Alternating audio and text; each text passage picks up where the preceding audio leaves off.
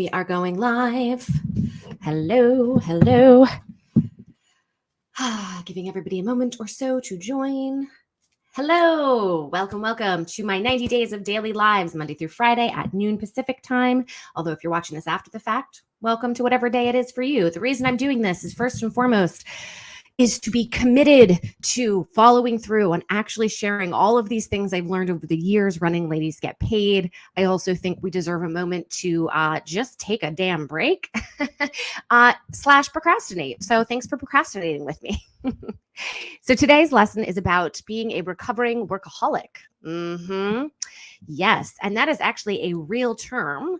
Actually, the technical term is workaholism syndrome. Gosh, these people love to say the word syndrome. Who here self-identifies as a workaholic or a recovering workaholic? Okay. By the way, when I said that this is an actual term, workaholism syndrome, that is according to the American Addiction Centers. You can check them out at recovery.org. So yeah, this is a real thing. You are not alone if you are somebody who has struggled with workaholism. Now, as part of these kind of daily lives, I like to spend about 20 minutes giving my take on what this means and what you can do about it more specifically. What I wanted to say about workaholism is, first of all, there is a difference between working really hard and being a, quote, workaholic. Okay. And I just want to define super quickly what that is from recovery.org and give you, quote, the symptoms of being a workaholic. So if this sounds like you, then this is a good indication, a good invitation to work on it. Just sort of ironic. Work on your workaholism. Anyway, so the difference is if you are somebody who simply works hard but is not a workaholic, you have been able to straddle the line between being dedicated to work, but also being able to be emotionally present for other people in your life. Okay. Whereas a workaholic, Melody Wilding in the house, a workaholic is somebody who is going to just have all of those lines blurred. They're sort of never present with anybody or anything in their life. And that they have this like constant magnetic pull to go back to work. And I'm not talking about when your boss is telling you got to work. This isn't about other people encroaching on your boundaries. It's about your own inability to set boundaries with yourself. Again, always going back to, are you able to work hard, but also be emotionally present? Also, so again, it's, and I wouldn't say this is a motivation coming from because you believe in a cause and, you're called to a higher purpose. It's more of a compulsion, a fear of what would happen if you did not work this hard. Similar to perfectionism in that way, right? It's not the pursuit of wanting to do excellent work, but rather the fear of what would happen if you did not do that excellent work. Okay. Now, how to know if you are a workaholic? I'm going to give you some, quote, symptoms as I pulled it from recovery.org. So tell me if you would say yes often to the following things. You think of how you can free up more time to work. You spend much more time working than you initially intended. You work in order to reduce feelings of guilt, anxiety, helplessness, and depression. You have been told by others to cut down on work, but you don't listen to them. You become stressed if you are prohibited from working. You deprioritize hobbies, leisure activities, and exercise because of your work. And you work so much that it has negatively influenced your health. And I would take that a next step further and say you work so much that it has negatively impacted your relationships with other people, but also the relationship you have with yourself. I'm seeing some hearts coming in on Instagram, which makes me feel like this is resonating. You have seen yourself in this workaholism. I want to tell you right now, you have been set up in many ways to be like this, okay? Especially if you live in America, but not just America. If you live in any kind of capitalist society, it is really expensive to live. So you have to work extremely hard to just make money. So that's the truth of it for a lot of us. But the second part is also about, quote, social standing. So not just the, desire to make money, but also we pride ourselves on working hard. I mean, if you've ever spent any time in Europe, and again, this is coming from as an American, when I lived in France, I remember distinctly somebody said to me, Americans live to work, whereas other countries work to live. Ooh, So that doesn't just have to do with the desire to make money, but also that we see our worth, we measure our worth in terms of our work. And so the more you work, the more worth you have, right? According to that rationality. Also, you may have grown up in a family that was extremely achievement oriented, right? Performance oriented. And so, you felt like in order to get love and recognition, you needed to work really, really hard. And so then as an adult, if this is the way you've always operated, if this is your measurement of who you are and how much you love yourself, undoing that is going to take time. And again, ironically, it's going to take work. Also, workaholism, it's holistic. So at the end of the day, it's not only about dealing or finding a new way to work in a sustained, grounded kind of vibe, energy, but it's also learning to value yourself beyond your work.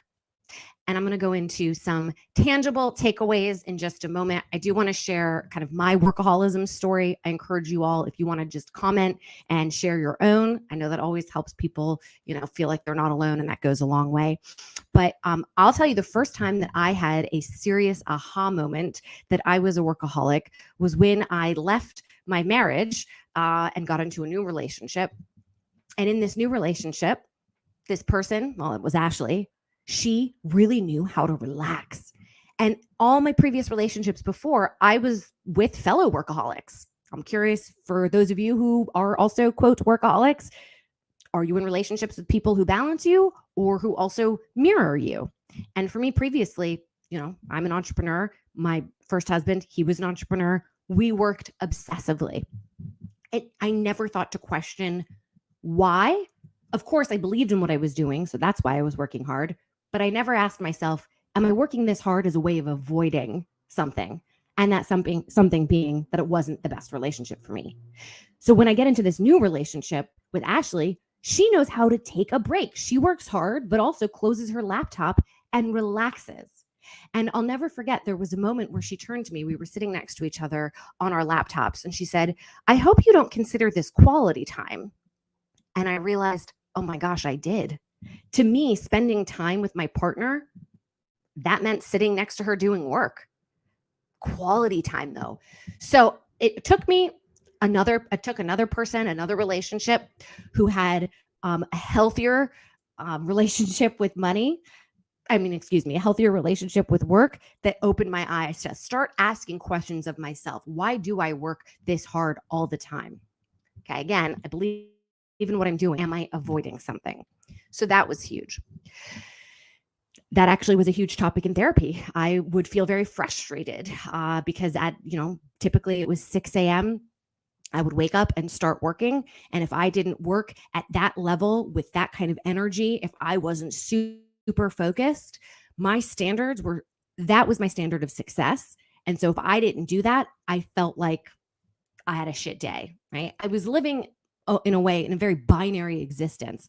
Again, a lot of this may sound parallel to perfectionism. If things are a success or a failure, there is no in between. You're very, very strict with yourself. And so for a number of years, I remember just constantly fighting with myself when I would say, Claire, you're going to burn out. You have burnt out. You really got to stop working. But then I would resent that. And I just needed to figure out different ways of relating to myself, of measuring success, and then also systems that would help me begin to work in a more sustained, focused way instead of this kind of frenetic adrenaline energy. So that was the first part. And then the second part, and this I find actually really interesting, was during the pandemic. And I think for a lot of us, this is when we reevaluated our relationship with work. And workaholism. If any of us considered ourselves workaholics, the pandemic really, I think, forced us to say, do we want to be this way anymore? And if not, what's the process for finding a different way to work? And something that was really interesting for me was I got very demotivated. I actually acted basically the opposite of how I'd been working my whole life, which was taking naps. I was the 6 a.m. starting at 6 a.m. work girl before, but now I was the nap girl and I became incredibly demotivated. However, I still had the standards of a workaholic and so would beat myself up for taking all of those breaks.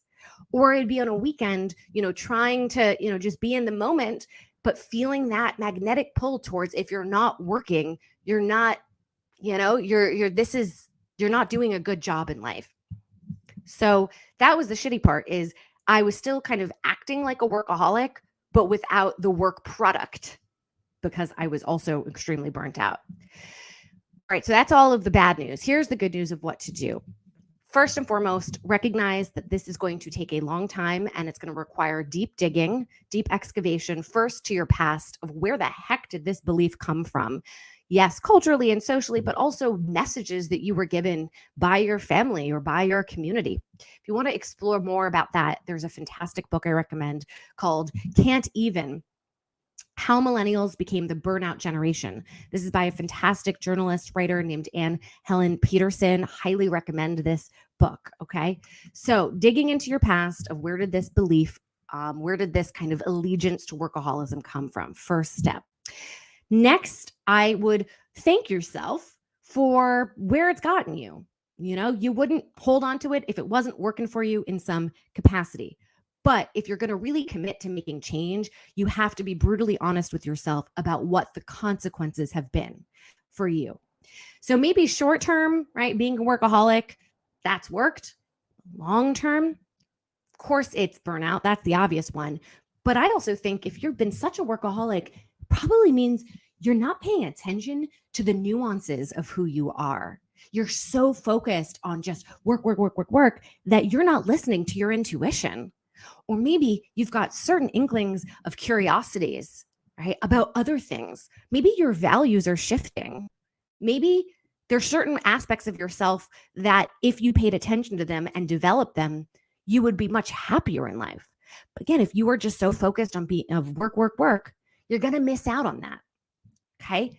And so just know that you're doing yourself a service of slowing down, and that working towards the long term, it's not natural for us, right? We're all about short-term survival, but life is a marathon, or hopefully. So, really just remind yourself over and over again, slowing down is actually going to help me do better just in the long time.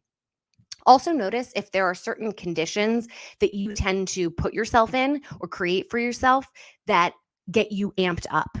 And because we're all about learning how to do sustained energy, grounded energy, not that frantic, frenetic energy, things like how much caffeine are you drinking? How about that? Or do you constantly wait to the last minute to do things? That's getting you into that frantic energy. Or constantly coming up with new ideas. Or even, and I'm just going to throw this out there, do you create drama? And I don't just mean kind of reality TV drama, but are you constantly creating situations for yourself that then require you to act in this kind of frantic energy way? Again, you're doing it because it feels familiar to you, and you've considered success, you've defined success as that kind of energy. But we're learning a new way to work, right? No more workaholism. So those are the first tips that I would recommend for anybody who is wanting to explore their own workaholism. I would also encourage you to check out IFS. It's called Internal Family Systems. That's an acronym, and it is a modality of therapy that has been just absolutely life-changing for me. If you've come to other lives, you've probably heard me talk about it. Basically says that we have an innate, inherent wisdom self, but we develop all of these parts to cope with various things in our life. And sometimes those parts, those coping mechanisms, take the wheel. They take the wheel, and we get confused. We think that part is who we are, but no, it's just, again, a coping mechanism. So that workaholism, I would really explore what are all of the ways in which that manifests. And so for me, I have the timekeeper, the part of me who's worried about running out of time and all the things I have on my to-do list. I also have an inner critic. I call her Hildebeest. She fuels my workaholism. And so the goal here is to get to know all of those parts, really hear what they have to say, the wisdom they have for you, also how they developed, when they developed, why they developed, but get them to trust that you, in just quote self, right, you are in charge now, and that you want input from all of your parts for them to be able to guide you, but to not drive you. Again, it's the difference between coping and the core. of who you are. I think in another live, I'll go deeper into internal family systems. So I'm not going to talk about it right now. But just, I encourage everybody look into that for themselves. I think everyone should do it, but especially if you are a workaholic, get to know the parts of you that are driving or attempting to drive that workaholism. And a big part of it is asking them, what vulnerability are they trying to protect? Acknowledging that that's exhausting, giving them the opportunity or the invitation to be liberated from having to carry that burden. And I also find when I'm in kind of like productivity performance mode, or before I like jump into work, I want to make sure that all the parts of me are open to it and give them a chance to say, have their say. So, because you need balance, right? So the energy, productivity, performance part is balanced by maybe the part that wants you to take a nap and just slow down. So getting them all to kind of be at the table with you. Again, it's a longer story, but if we're talking about workaholism, we got to acknowledge therapy work. But let's talk about systems work. And what I mean by systems here are basically external ways that you can sort of manage your to-dos so that you don't get, so you start to trust yourself, that you don't need to rely on the workaholism and the adrenaline to follow through and get things done. In a previous live, I talked about priorities. Okay. So determining your priorities, that's huge. But I also think chunking up your day. So instead of trying to sit down and just work as long and as hard as possible until you burn out, I mean, that's training yourself to rely on burnout as a boundary. No, let's be the ones to implement boundaries at the beginning of the day by saying, I'm going to work for 4 hours of intense energy, maybe not 4 hours all at once. I'm going to chunk it up. And that is all. And then I can spend other time during the day doing other kinds of activities, but don't expect or force yourself to work at that kind of extreme pace every day. Again, if this is a marathon, you will burn out otherwise. So I would highly recommend only 4 hours of that deep focus work a day. Okay. Another way I think to sort of strip away workaholism and perfectionism is sharing your work before you're ready. Part of that is what I'm doing right now. I mean, you see me kind of experimenting out loud with content. I'm not waiting until I have a perfect speech to deliver because I want to practice releasing perfectionism because I find that it's really holding me back, and it's very much related to workaholism. So I encourage you, in any way that you can, if there are things that you really are worried about showing people, that means you need to be showing them now. Plus, getting input from other people is going to make what you're doing so much better also, and it's getting them invested in the process.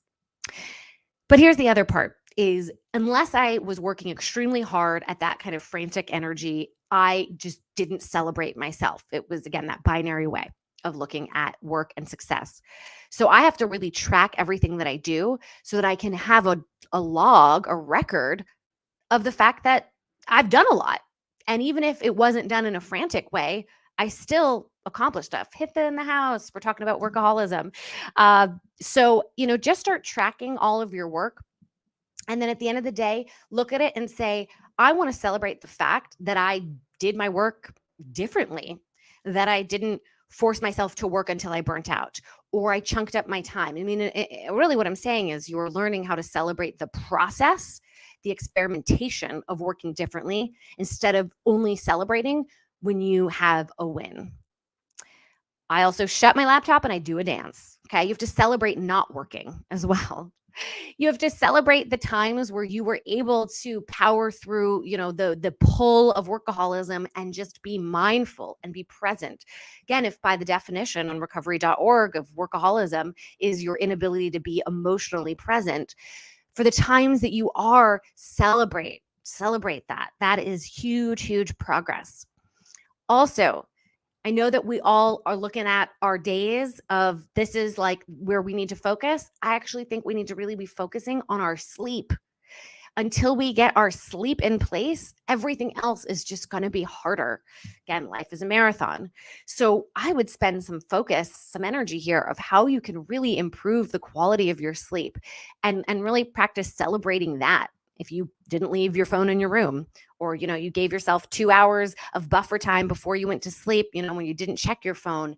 All these things are helping you to release that workaholism, right? And live and be, in a better way. And of course, mindfulness, right? Learning how to practice mindfulness is going to really help you in so many ways, but particularly when it comes to workaholism. I think today's live was a little bit scattered on my end, but again, like I said before, this is all about experimenting and kind of, working out loud. So I do appreciate those who've stayed and watched. And I want to, I'm still in the process of being that quote recovering workaholic. I certainly don't have this figured out, but I have in many ways gotten better at dealing with it. And so I appreciate the opportunity to share. Come and join us at ladiesgetpaid.com. We have a free community. You can also upgrade to get access to all of our videos, and follow me on Instagram too at Claire Gets Paid. Super appreciate you all. I'll be back for tomorrow's live on Friday. I talk about the lessons I learned from that week, and then we take a break because workaholism. We're working on it. All right, guys. Much love. You got this.